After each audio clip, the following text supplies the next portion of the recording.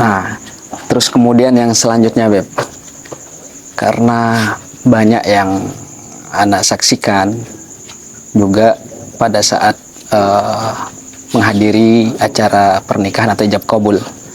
Sekarang ini apakah diharuskan ketika ijab kabul itu mahar ataupun mas kawin itu dihadirkan? Artinya misalnya dalam berupa uang, misalnya anggaplah misal 1 juta rupiah, kemudian si mahar ini, si mas kawin ini kan sekarang kadang dihias, dilipat-lipat, dilem lah di satu bingkai atau apa, itu terkadang ada yang jumlahnya tidak sesuai dengan apa yang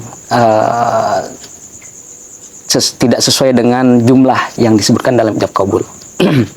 Artinya begini, apakah diharuskan itu jumlah yang disebutkan dalam ijab kabul itu, jumlah mas kawin itu sesuai dengan yang dihadirkan di sana? Karena takutnya kadang misalnya 1 juta rupiah, takutnya nanti karena itu dilem, di macam segala nggak bisa kepake.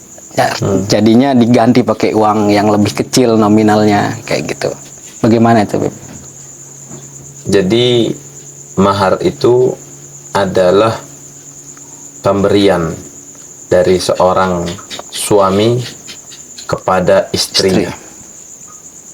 Maka istri boleh menolak tatkala diajak untuk yang seyogianya suami istri bersetubuh dengan suami apabila belum menerima maharnya. Boleh dia. Kalau dia sudah menerima, maka dia tidak boleh menolak. Ya. Tapi kalau dia belum menerima maharnya, dia boleh menolak tatkala diajak kepada suaminya. Dan apabila seorang istri ridho tidak diberikan maharnya setelah akad, dia bilang, sudah saya jatuhkan mahar saya rela tidak diberikan, saya ikhlaskan, saya sudah tidak perlu kamu lunasi, maka itu sudah terlepas seorang suami dari hutang piutang mahar kepada istrinya. Harus dilafalkan, harus diungkapkan. Tapi kalau istri tidak pernah mengungkapkan, walaupun dia tidak menagih, dia tidak menagih, apakah harus memberikan itu langsung? Tidak harus. Ya. Kalau istrinya tidak menuntut, kalau tatkala istrinya menuntut, maka harus dia berikan langsung. Jadi seperti itu. Dan disunnahkan kepada sang suami tatkala memberikan maharnya itu ada beberapa saksi. Sebagaimana tradisi yang ada di Indonesia, seorang suami memberikan maharnya di hadapan orang ramai, di hadapan beberapa saksi. Itu adalah sunnah yang dianjurkan.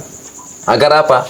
Agar ketika terjadi percekcokan antara suami dan istri, ada yang bilang misalnya belum diterima, yang ini bilang sudah diterima, maka peran saksi di situ sangatlah penting.